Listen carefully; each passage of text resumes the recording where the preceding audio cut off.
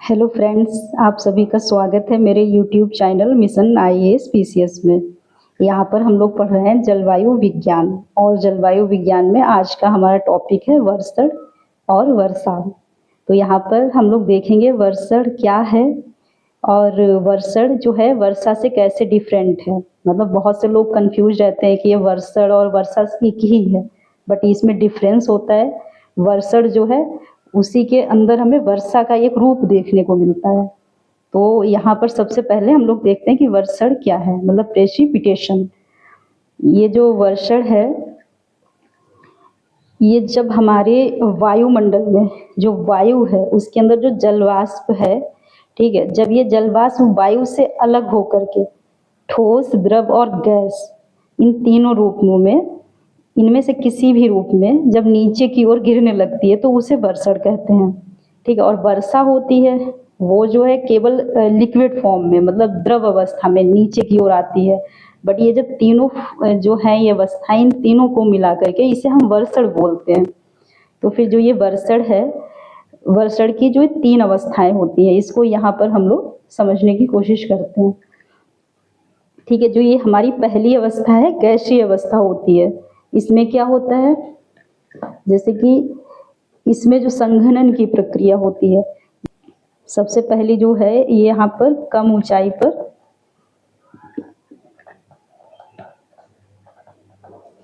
पर संघनन होता है।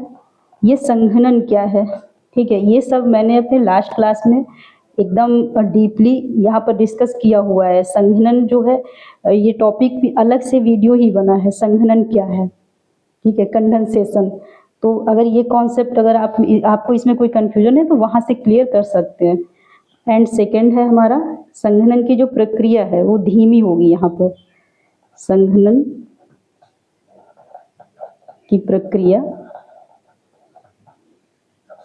धीमी गति से। एंड जो थर्ड है, जैसे कि तापमान यहाँ पर अधिक ठंडा नहीं होगा, तापमान बहुत अधिक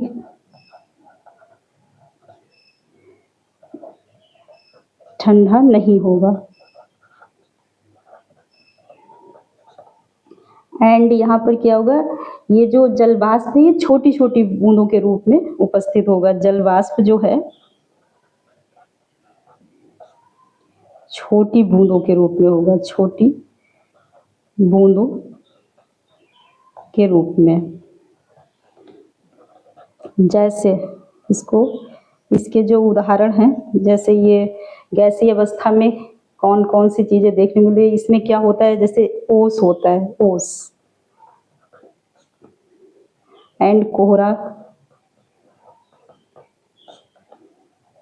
धुंध, और इसके अलावा स्मॉग है, जैसे दिल्ली वगैरह में देखने को मिलता है शहरी क्षेत्रों में।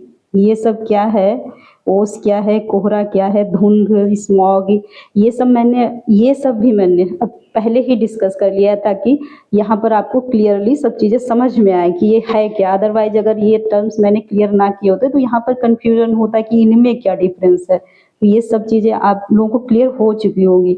और जिन लोगों को अभी कोई कंफ्यूजन है, जिन लोगों ने वीडियोज नहीं देखे हैं, वो जो भी इससे रिलेटेड वीडियो वहाँ पर है उसको आप लोग देख सकते हो।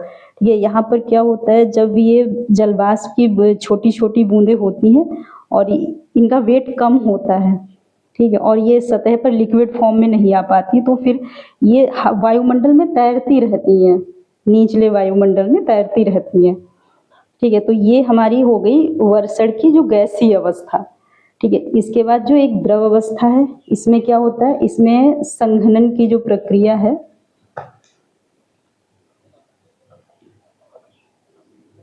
संघनन की प्रक्रिया तीव्र होती है एंड इसमें तापमान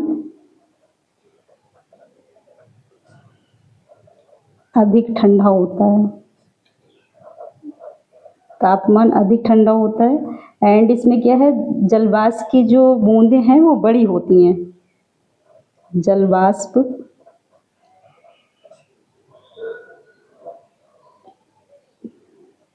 की बूंदें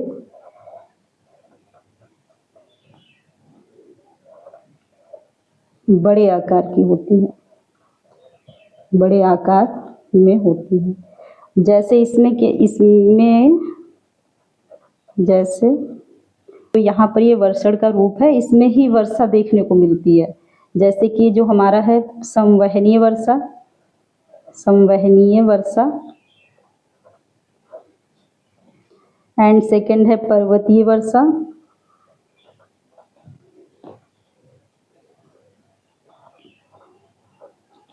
एंड इसके अलावा है हमारी चक्रवाती वर्षा, चक्रवाती वर्षा। तो ये हो गया हमारा वर्षण का जो दूसरी अवस्था है, इसी में वर्षा देखने को मिलती है। ये वर्षण का जो एक अवस्था है जिसमें ये वर्षा होती है, ठीक है। अब एक ये हमारी अवस्था है ठोस अवस्था। इसमें क्या होता है, इसमें जो तापमान है वो हिमांक से भी नीचे चला जाता है, बहुत अधिक ठंडा होता है। तापमान जो है हिमांक से नीचे होता है। एंड जो जलवाष्प जो रहता है ना, वायु में जो जलवाष्प रहता है, जब ये वायु ऊपर के लिए जाती है, जलवाष्प आर्द्रता ग्रहण करती है और ये जलवाष्प जब ऊपर जाता है और वहां पर ये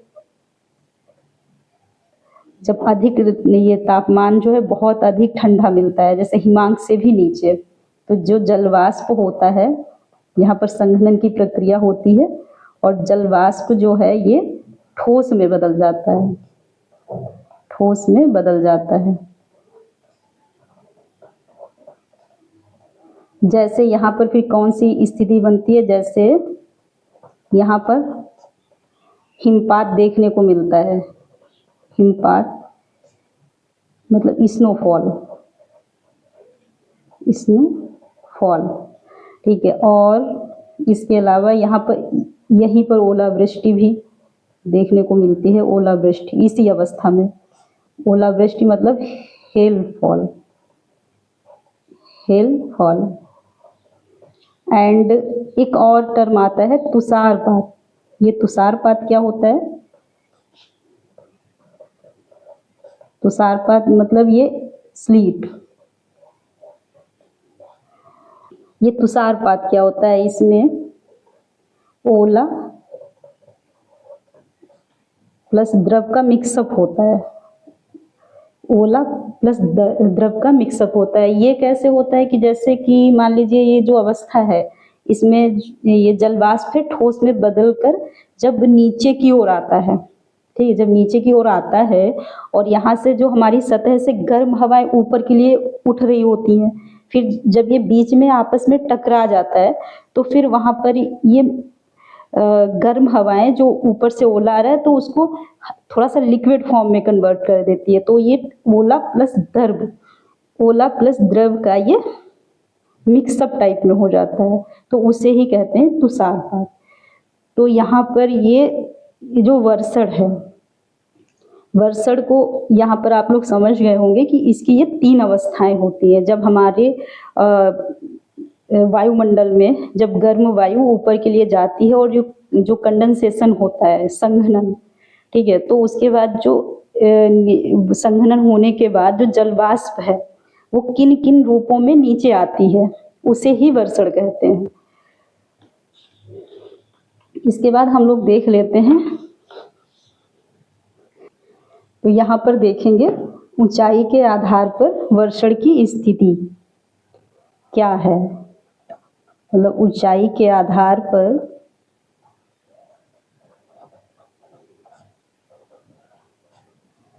वर्षण की स्थिति। इसमें क्या होगा, जैसे यहाँ पर देखते हैं, जैसे ये हमारा सतह है, ये है हमारा सतह, सरफेस, ठीक है। अब जैसे ही ये हमारे वायुमंडल में हम ऊपर की ओर जाएंगे, जैसे जैसे ऊपर की ओर जाएंगे तो जो हमारा सबसे पहले ये कम ऊंचाई पर यहाँ पर ये हम लोग को देखने को मिलेगा गैसीय वर्षण, गैसीय वर्षण यहीं पर देखने को मिलेगा। एंड इससे जैसे ऊपर की ओर जाएंगे, जो यहाँ पर संघनन की प्रक्रिया होगी, ठीक है, क्योंकि यहाँ पर जो है तापमान इस यहाँ के कंपेयर में और कम हो जाएगा, तो फिर यहाँ पर जब कंडेंसेशन होगा तो जल वाष्प है वो लिक्विड फॉर्म में नीचे की ओर आएगी, तो यहीं पर वर्षा देखने को मिलती है, रेनफॉल, जो यहाँ पर कंडेंसेशन होता है,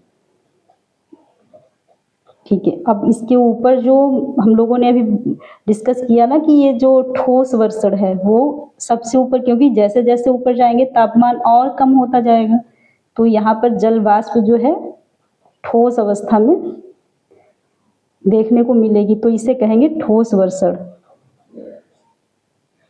ये हमारा ये तापमान के आधार पर से तापमान जो इसकी जो दशाएं होती है, जो वर्षण के लिए जो अनुकूल दशाएं जो मेन है, उसके आधार पर ये ऊंचाई पर जैसे जैसे हवाएं जाएंगी तो इनकी जो अवस्था है वो चेंज होती जाएगी।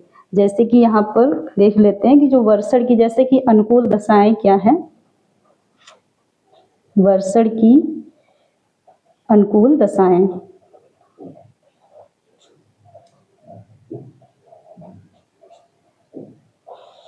ये सब भी आप लोगों को पता होगा, क्योंकि ये सब मैंने ये मतलब सीरियल से पढ़ाया है, इसीलिए कि ताकि जो आगे आगे जब पढ़ाएंगे तो वो पहले से क्लियर रहे, वो चीज टर्म्स हैं जो कॉन्सेप्ट है, ठीक है। बट यहाँ पर मैं शॉर्ट में बता रही हूँ। जैसे वर्षण के लिए अनुकूल दशाएं क्या हो कि सतह पर पर्याप्त तापमान हो। सबसे पहले तो जब सतह पर जो हमारी सतह है ये जब गर्म होगी, सतह पर पर्याप्त तापमान हो, जब तापमान होगा तभी वायु में पर्याप्त जल वाष्प धारण की क्षमता होगी, मतलब वायु में पर्याप्त जल वाष्प भी होनी चाहिए, जल वाष्प हो, ठीक है। इसके बाद क्या हो, जो वायुमंडल में तापमान उष्णांक बिंदु तक जब ये पहुंच जाए, वायु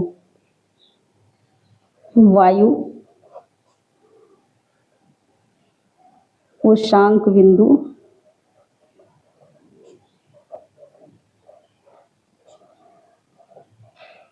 तक पहुंच जाए, ठीक है, ये दशाएं हो गई, ठीक है। तभी संघनन होगा, उसके बाद ये वर्षण की प्रक्रिया होगी, ये किस किस अवस्था में, ये सब चीजें तभी देखने को मिलेगी, ठीक है। तो ये हम लोग समझ गए वर्षण क्या है, ठीक है।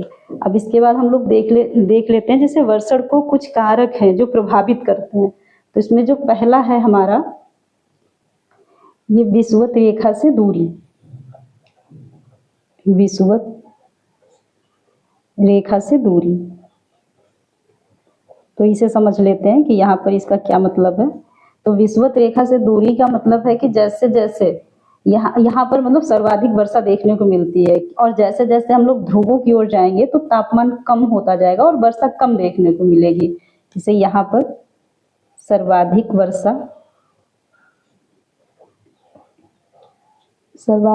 यहीं पर होगी, यहीं पर सर्वाधिक वर्षा यहीं पर होगी, और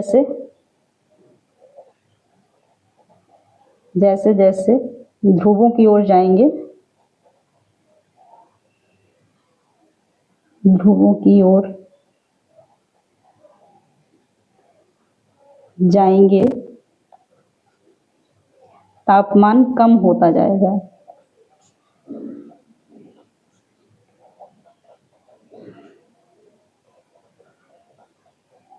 तापमान कम होता जाएगा। सर्वाधिक वर्षा यहाँ पर होगी क्योंकि यहाँ पर तापमान सबसे ज्यादा है, और जैसे जैसे ध्रुवों की ओर जाएंगे तापमान कम होता जाएगा, क्योंकि यहाँ पर सर्वाधिक तापमान है,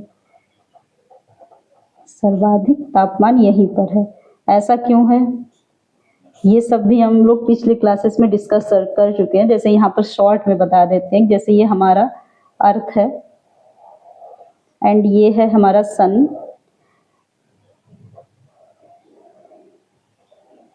अब क्या होगा जब ये सौर विकिरण है ये हमारी पृथ्वी पर जब आएगा तो यहाँ पर ये सबसे कम डिस्टेंस होगा, और ये डायरेक्ट सूर्य की किरणें पड़ेंगी, और जैसे जैसे ध्रुवों की ओर जाएंगे ये तिरछी पड़ेंगी और डिस्टेंस ज़्यादा हो जाएगा, इसलिए यहाँ पर सबसे ज़्यादा तापमान होगा, और जैसे जैसे ध्रुवों की ओर जाएंगे 90 डिग्री वैसे वैसे तापमान घटता जाएगा। ये है हमारा 0 डिग्री अक्षांश। तो ये कारण है। ठीक है, अब यहाँ पर देख लेते हैं सेकंड। सेकंड है समुद्र तल से ऊंचाई। समुद्र तल से ऊंचाई, यहाँ पर क्या कॉन्सेप्ट है, जैसे कि जब हम लोग देखते हैं जैसे मैदानों की अपेक्षा पहाड़ों पर अधिक वर्षा होती है। मैदानों की अपेक्षा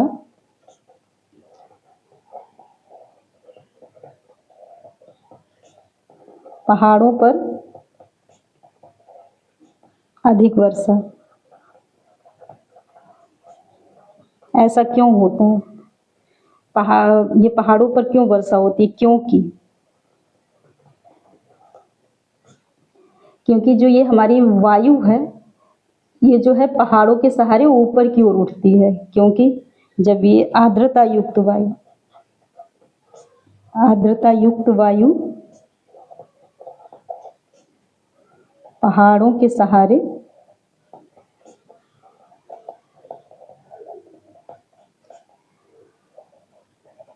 ऊपर की ओर उठती है,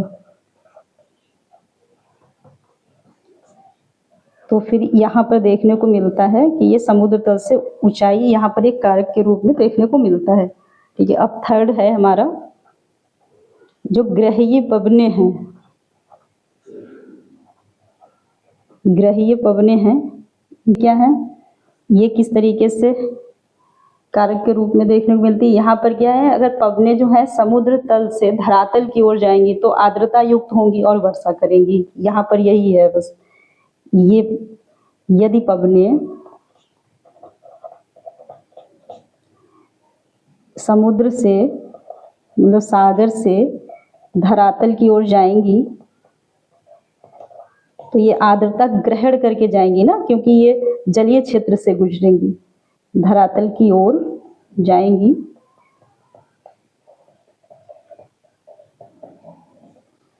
तो आर्द्रता युक्त होंगी, तो आर्द्र होंगी और वर्षा करेंगी।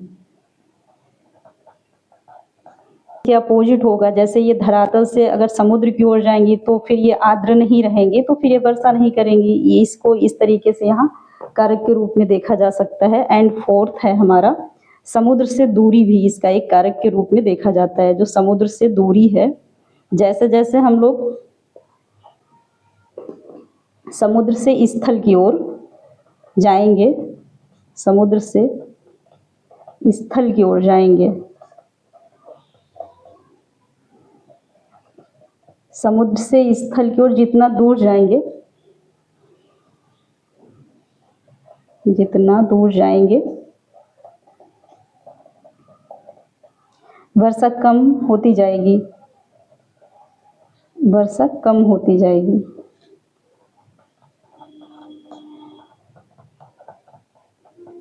ठीक है, इसके बाद हमारा फिफ्थ है महासागरीय जलधाराएं। महासागरीय जलधाराएं ये कैसे इसको प्रभावित करती हैं, यहाँ पर देख लेते हैं। जैसे जब ठंडी जलधारा से होकर चलने वाली पवनें जो होती है, ये वर्षा करने की क्षमता इसमें नहीं होती, क्योंकि ये जो ठंडी जलधारा है उसके ऊपर आर्द्रता कम देखने को मिलती है। तो यहाँ पर देख लेते हैं ठंडी जलधारा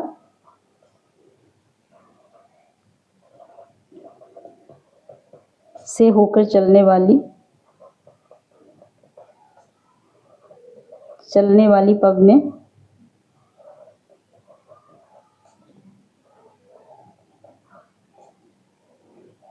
वर्षा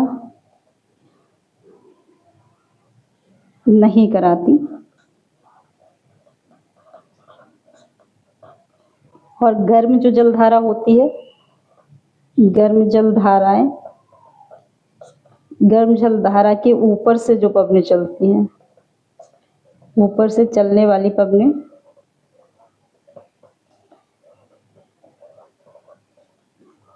ऊपर से चलने वाली पवनें अधिक वर्षा कराती हैं।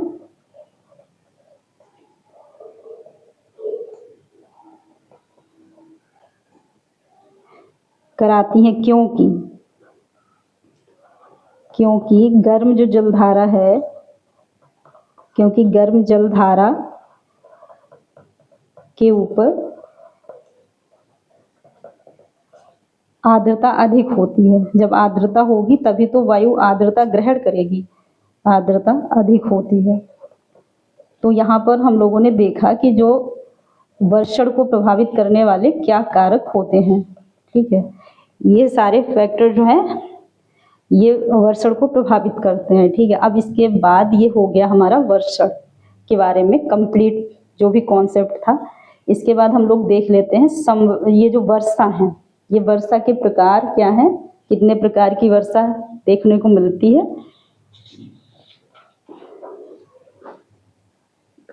यहाँ पर देखते हैं वर्षा के प्रकार।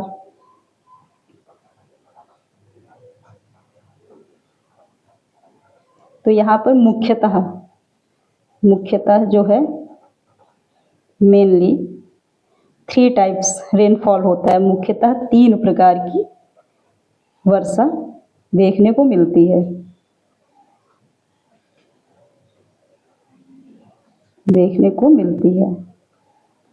इसमें कौन कौन सी हैं, जैसे कि फर्स्ट है हमारी संवहनीय वर्षा। संवहनीय वर्षा कन्वेक्टिव रेनफॉल, ये हो गया हमारा कन्वेक्टिव रेनफॉल। एंड सेकंड है हमारा पर्वतीय वर्षा।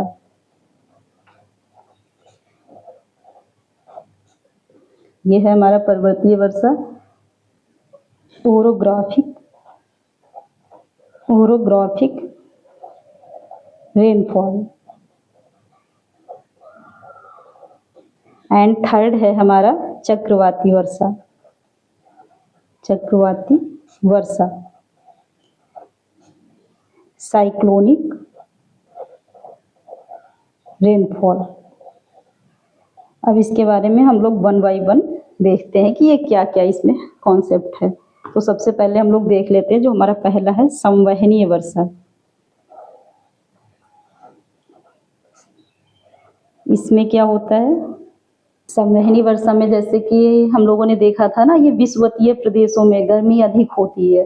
ठीक है, और यहाँ पर जो समुद्री जल है तेजी से वाष्पीकृत हो जाता है और ये ऊपर के लिए उठता है, और जो यहाँ पर आर्द्रता देखने को मिलती है। फिर जब यहाँ से ये वायु धारा, जैसे कि ये वायु जब इधर से चलती है तो वो आर्द्रता ग्रहण करती है, और फिर यही जो है ये संवहन की क्रिया कहलाती है। इसी को कहते हैं, इसी के द्वारा जो वर्षा होती है वो संवहनीय वर्षा होती है, और इसी से कपासी मेघों की रचना होती है। अब यहाँ पर देख लेते हैं, जैसे ये क्या होगा, यहाँ पर ये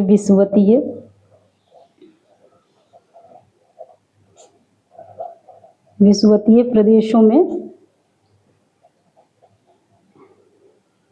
देखने को मिलती है। यहाँ पर क्या होता है, या गर्मी अधिक होती है, गर्मी अधिक होगी, और जब गर्मी अधिक होगी तब क्या होगा, समुद्री जल जो है तेजी से वाष्पीकृत होगा,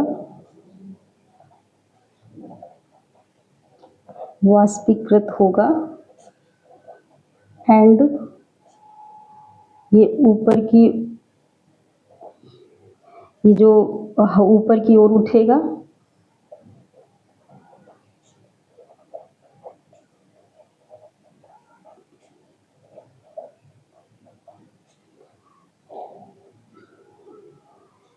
और यहाँ से वायु जो है आर्द्रता ग्रहण करेगी, वायु आर्द्रता ग्रहण करेगी। इसी को कहते हैं संवहन क्रिया। ठीक है, अब इसी से क्या होता है, एक कपासी मेघ जो जब हम लोग क्लाउड्स पढ़ रहे थे वहां पर कपासी मेघों की जो रचना नहीं देखा था कपासी मेघों के बारे में, तो वो यहीं पर देखने को मिलते हैं। कपासी मेघों की रचना होती है यहाँ पर, जो क्या होता है कपासी मेघों की रचना होती है, कपासी मेघ बनते हैं। कपासी मेघ बनते हैं, और ये कपासी मेघ क्या होता है, ये जो है मोस्टली मतलब ये जो प्रायः है ये है दिन के तीसरे प्रहर, मतलब तीसरा प्रहर कौन सा होता है 12 से 3 बजे के, जो 12 बजे के बाद दोपहर में, ये प्रायः दोपहर 12 से 3 बजे के बीच बारिश करते हैं। तो ये हो गया हमारा संवहनीय वर्षा। ठीक है, इसके बाद हम लोग देख लेते हैं जो हमारा सेकंड है पर्वतीय वर्षा।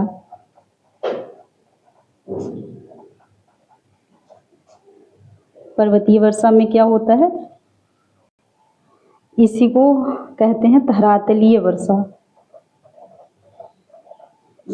धरातलीय वर्षा, और यही जो वर्षा है ये वाली वर्षा, ये जो है संसार में सर्वाधिक यही वर्षा होती है।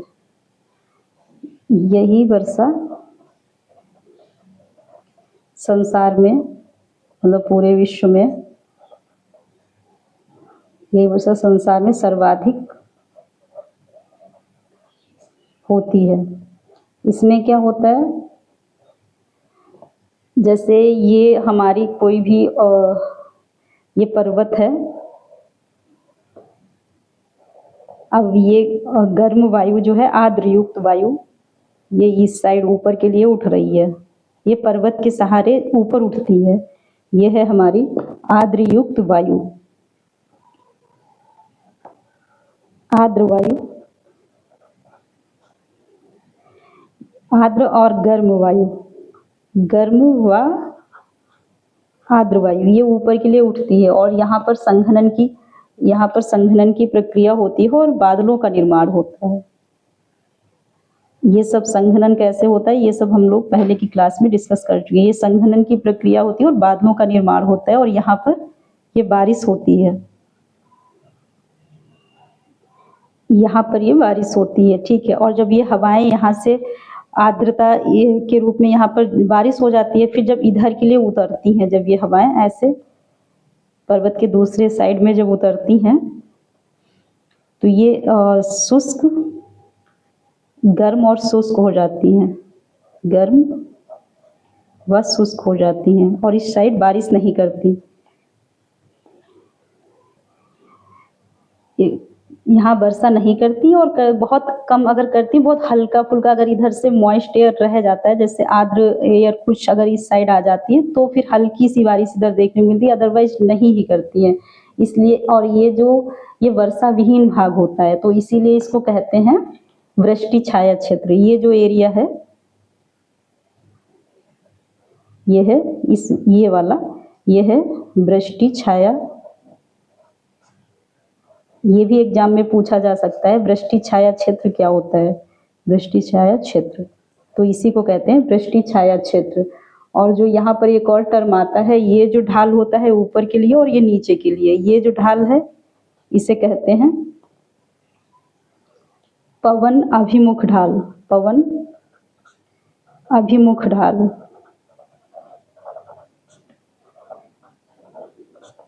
एंड ये जो है ये वाला ढाल जो है ये, इसको कहते हैं पवन विमुख ढाल।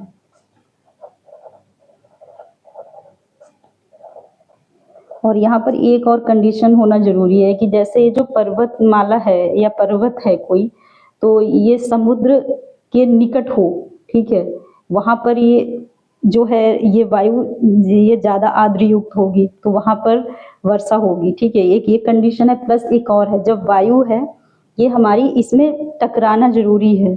ठीक है, ऐसे जब टकराएगी तब ऊपर के लिए उठेगी, तो ये 2 कंडीशन भी यहाँ पर होना ज़रूरी है।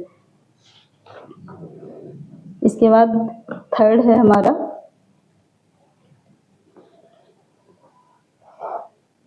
चक्रवाती वर्षा।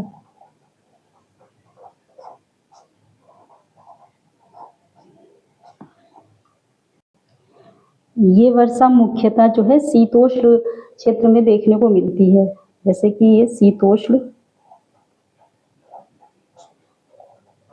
क्षेत्र में होती है। शीतोष्ण क्षेत्र कहाँ पर है, ये सब मैंने पहले बताया है कि जैसे कि ये हमारा एरिया होता है जहाँ पर पछुआ पवनें चलती हैं। पछुआ पवनें यहाँ पर चलती हैं।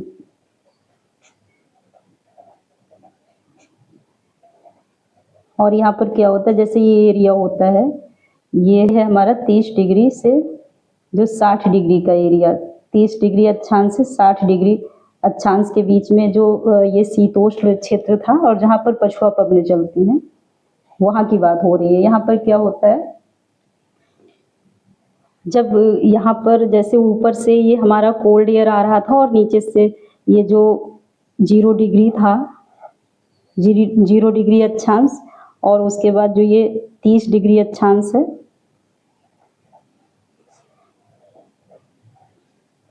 यहाँ पर ये 60 डिग्री अक्षांश, और जब ये पवनें जो हैं इस साइड से यहाँ पर जब चल रही थी, ये हमारा था ये लो प्रेशर, ये हाई प्रेशर एंड ये भी लो प्रेशर।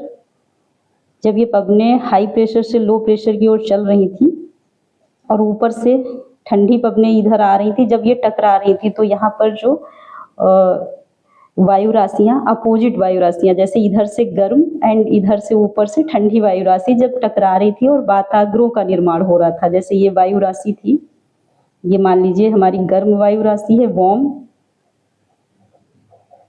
एंड ये है कोल्ड। जब ये आपस में टकरा रही थी तो ये यहाँ पर फ्रंट्स का निर्माण हो रहा था, और जब ये फ्रंट्स का निर्माण हो रहा था, लेकिन जब ये और नज़दीक आ जा रही थी तो यहाँ पर चक्रवात, जो शीतोष्ण चक्रवात यहाँ पर बन रहे थे, तो उसी से जो वर्षा होती है उसी की बात यहाँ पर हो रही है। इसे चक्रवाती वर्षा कहते हैं या इसे वाताग्री वर्षा भी कहते हैं। इसे वाताग्री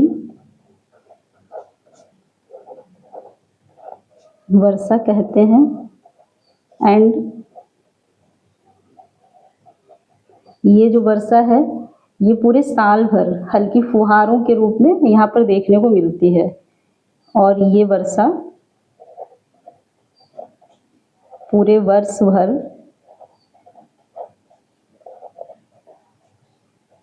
हल्के फुहारों के रूप में